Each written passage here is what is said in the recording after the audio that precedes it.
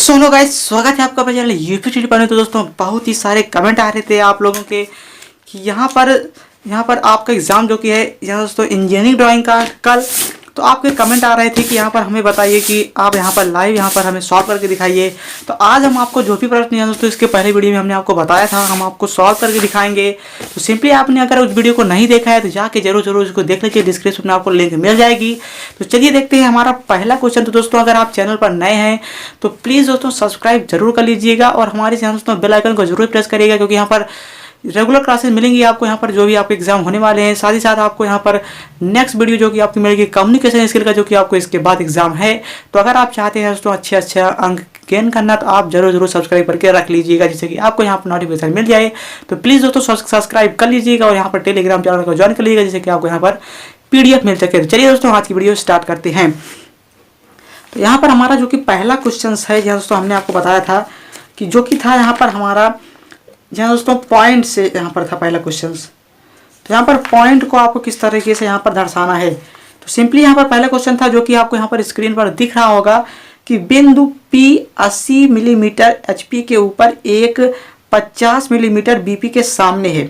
80 millimetre HP के ऊपर है और 50 मिलीमीटर BP के सामने है। तो इसे आप सिंपली समझ लीजिए पहले। तो चलिए हम आपको दिखाते हैं सिंपली करके यहाँ पर। तो पहले तो आपको यहाँ पर इस चतुर्थांश में यहाँ पर समझाते हैं, तो उसके बाद आपको यहाँ पर समझाया जाएगा। तो चलिए आप पहले चतुर्थांश में देख लीजिए। तो सिंपली हमने यहाँ पर एक कोऑर्डिनेट बनाया जो कि है यहाँ पर आप देखिए,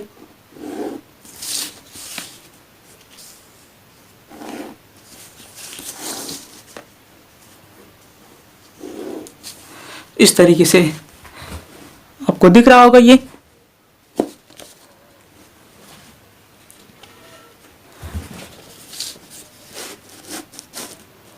तो सिंपली आपको यहाँ पर बोला जा रहा है कि 80 मिलीमीटर HP के ऊपर ये आपका है हॉरिजेंटल प्लेन, ये आपका है वर्टिकल प्लेन। इसे हम X और Y इसके बाद ऐसे दर्शाते हैं। ये आपका फर्स्ट क्वाड्रेंट है, ये आपका सेकेंड, इसके बाद ये आपका थर्ड, इसके बाद ये आपका फोर्थ।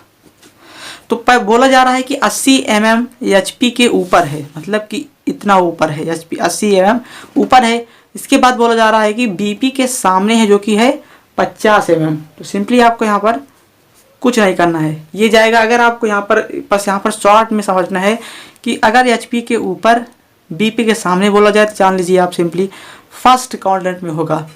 और अगर आपको बोला जाए कि HP के ऊपर लेकिन BP के बिहाइंड या फिर पीछे, सिंपली ये आप जान जाइएगा, बस इतना पकड़ लीजिए कि अगर HP के ऊपर BP के बिहाइंड बोला जाए तो यहाँ पर आपको सेकंड क्वाड्रेंट लेना है, और HP के ऊपर BP के सामने बोला जाए तो यहाँ पर फर्स्ट क्वाड्रेंट लेना है।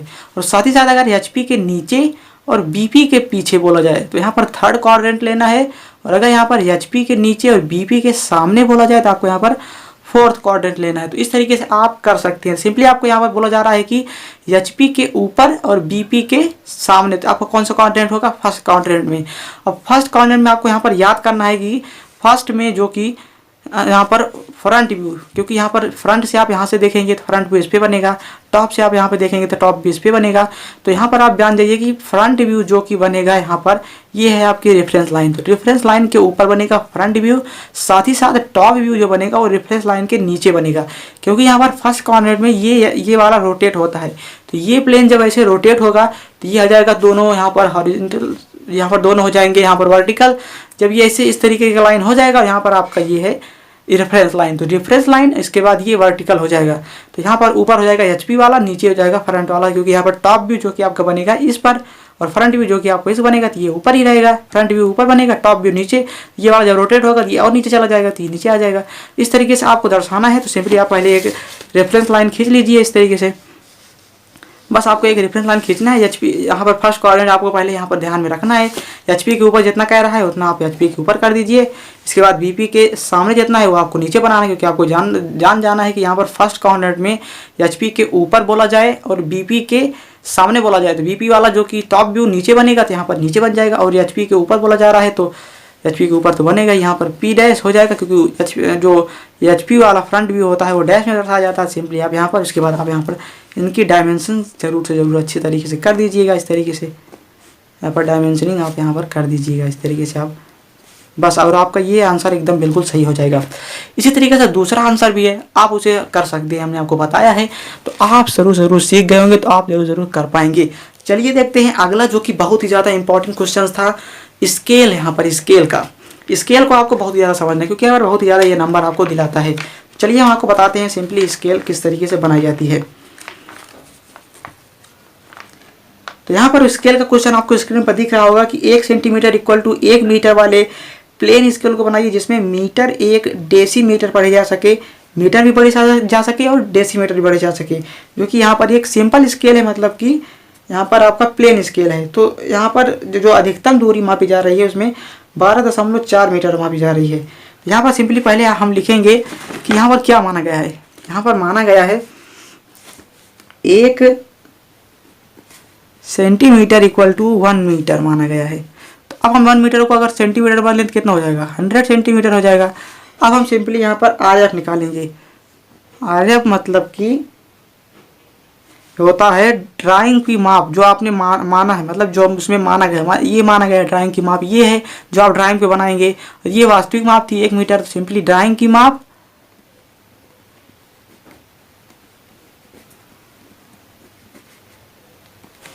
बटे वास्तविक माप। तो बस आपको यहाँ पर मान रख देना है, ड्राइंग की माप 1 सेंटीमीटर है, वास्तविक माप 100। बस ऐसे आप इसे लिख लीजिए। अब आपको यहाँ पर निकालना है कि मापने की लंबाई कितनी होगी, आखिर आप कितना लंबा मापनी बनाएं कि ये आपका यहाँ पर पूरी तरीके से माप ली जाए। तो यहाँ पर मापने की लंबाई इक्वल टू क्या होता है,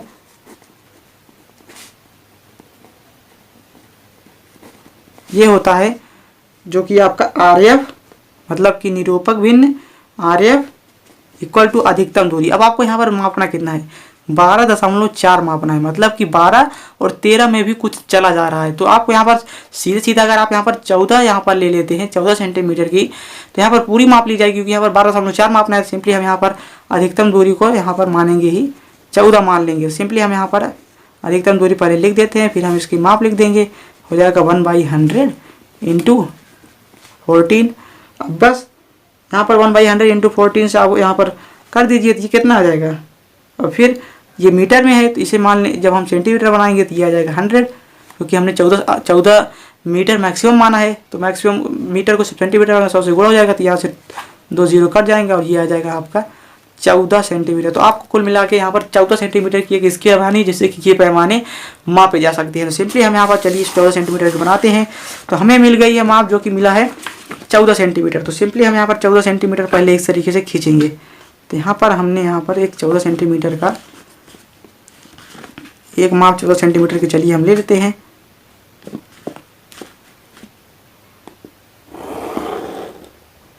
यहाँ पर हमने 14 सेंटीमीटर की एक माप ले ली है। अब आपको इसे कितने भागों में विभाजित करना होगा, आपको यहाँ पर 12.4 दिखाना है। सिंपली आप यहाँ पर 14 भागों में अगर विभाजित कर देते हैं तो यहाँ पर आपका ये हो जाएगा। तो चलिए हम यहाँ पर इसे सिंपली, पहले आपको इसे विभाजित करने के लिए सिंपली यहाँ पर इस तरीके का 30 अंश का कोण बनाना होगा। सिंपली हमने यहाँ पर बना दिया। अब इसको उसके सहायता से, आपको लंगड़े प्रकार के सहायता से सिंपली उसे 14 भागों में विभाजित करना है। तो हम सिंपली इसे डायरेक्ट कर देते हैं इस तरीके से, क्योंकि अभी हमारे को जल्दी से यहाँ पर वीडियो बनानी है। नहीं तो आपको यहाँ पर सिंपली यहाँ से रखना है, जी कितना भी चाप ले लीजिए आर्क, बस ऐसे यहाँ पर लगाते रहिए। आप इस तरीके से ऐसे लगाते रहिए और आपका यहाँ पर बनता चला जाएगा। तो चलिए हम यहाँ पर माप का इसे 14 सेंटीमीटर की माप ले लेते हैं। 14 यहाँ पर 14 भाग कर लेते हैं। तो फ्रेंड इसे सिंपली हम यहाँ पर 14 भाग में विभाजित कर लेते हैं। तो सिंपली हम यहाँ पर कर लेते हैं इसको। यहाँ पर हम यहाँ पर अंजाद के कर लेते हैं, क्योंकि यहाँ पर जल्दी से हमें आपको बताना है। सिंपली यही आपको मेथड फॉलो करना है। यहाँ पर आप देखिए 1 2 3 4 5 6 7 8 9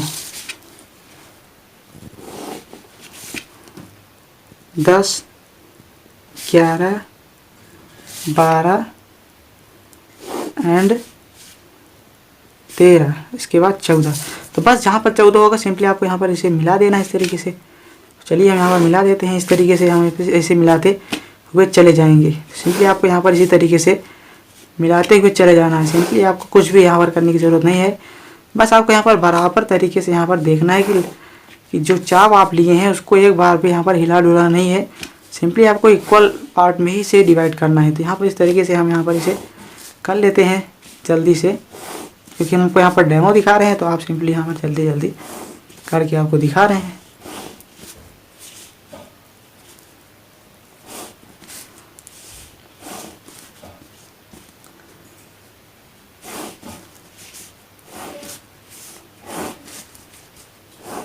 बस अब यहाँ पर इसे यहाँ पर यहीं तक मिलाना है, यहाँ पर इसी आगे रहकर मत जाना है।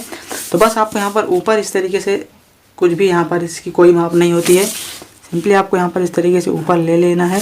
अब आपको यहाँ पर इसे भी इस तरीके से यहाँ पर मिला देना है, जैसे कि हमने यहाँ पर मिलाया। बस आपको यहाँ पर इसे इस तरीके से यहाँ पर आपको मिलाते हुए चले जाना है। बस आपको यहाँ पर कुछ नहीं करना है, बस अब इसको ऐसे ही मिलाते हुए चले जाना है, जैसे कि हम आपको यहाँ पर दिखा रहे हैं। तो बस इस तरीके से आप मिलाइए इसको।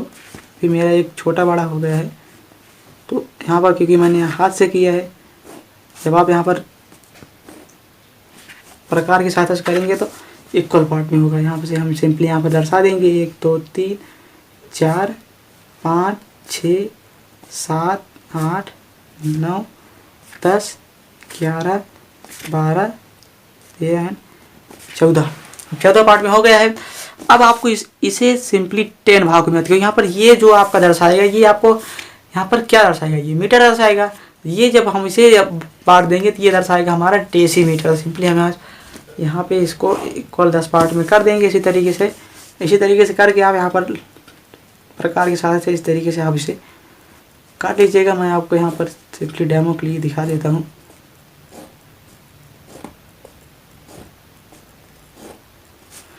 अब बस आपको कुछ नहीं करना है, यहाँ पर 12.4 दर्शाना था, तो यहाँ पर 12 ये है, 4 यहाँ से ले लेना है, 1 2 3 4 यहाँ से 4 को यहाँ पर ऊपर, यहाँ पर इस तरीके से 12 वाला सिंपली यहाँ पर इस तरीके से ऊपर करके आपको यहाँ पर डायमेंशनिंग इसकी एकदम अच्छी तरीके से यहाँ पर कर देनी है इस तरीके से। तो बस आपको यहाँ पर जिस तरीके से हम बता रहे हैं बस इसी तरीके से अगर आप डायमेंशनिंग कर देते हैं आपका ये आंसर एकदम सही हो जाएगा। यहाँ पर आप लिख दीजिए 12.4। अब यहाँ पर आप लिख सकते हैं जो RF लिए हैं 1/100, RF इक्वल टू 1/100 आप लिख सकते हैं। बस इस तरीके से आपका यहाँ पर सरल मापनी हो जाएगी। तो अगर आप चाहते हैं कि बिगड़ मापनी और यहाँ पर गुटके के भी कुछ क्वेश्चन आपको बताया जाए तो आप सिंपली कमेंट करके जरूर बताइएगा, और चैनल को बिना सब्सक्राइब करे मत जाइएगा प्लीज़ दोस्तों, जिससे कि आपको यहाँ पर नेक्स्ट वीडियो में जो कि कम्युनिकेशन स्किल की है उसका भी आपको प्रोवाइड कर सकें। तो चलिए दोस्तों मिलते हैं नेक्स्ट वीडियो नेक्स्ट टॉपिक से, तब तक के लिए बने रहिए चैनल पर। जय हिंद, वंदे मातरम।